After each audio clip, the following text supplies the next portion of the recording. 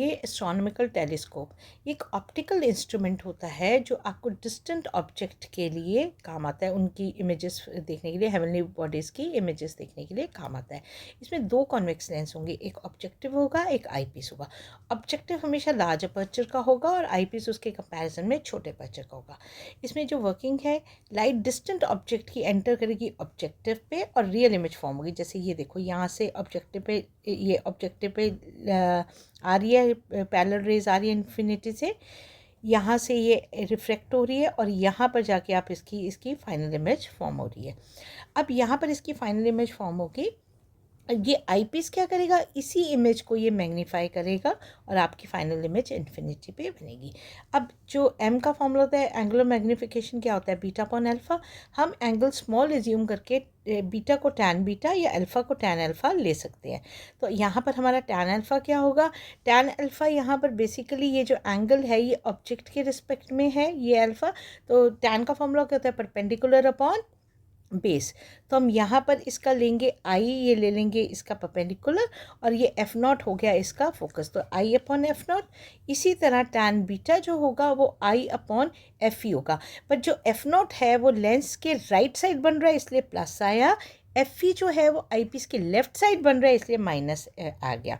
आप इन्हें डिवाइड करिए, you will get this answer. Next is second case है, जब आपका इमेज फॉर्म्ड है नियर पॉइंट पे। जैसे पहले में तो आपका इन्फिनिटी पे बन रहा था, अब आपका किसी पर्टिकुलर पॉइंट पे बन रहा है। अब हम कैसे करेंगे, अगेन पैरेलल रेज है, हेवनली बॉडी से आ रही हैं, ये रिफ्लेक्ट वैसे करिए, यहाँ पर इन्वर्टेड इमेज बन रही है, पर इस बार ये एक रे आपकी सेंटर ऑफ कर्वेचर से है, ये आई पी से, ये अल्टीमेटली आप इसकी एक वर्चुअल इमेज बन रही है, ये बन रही है आपकी A double dash B double dash. Again आप इसमें एंगल अल्फ़ा यहाँ ले लीजिए, बीटा यहाँ ले लीजिए।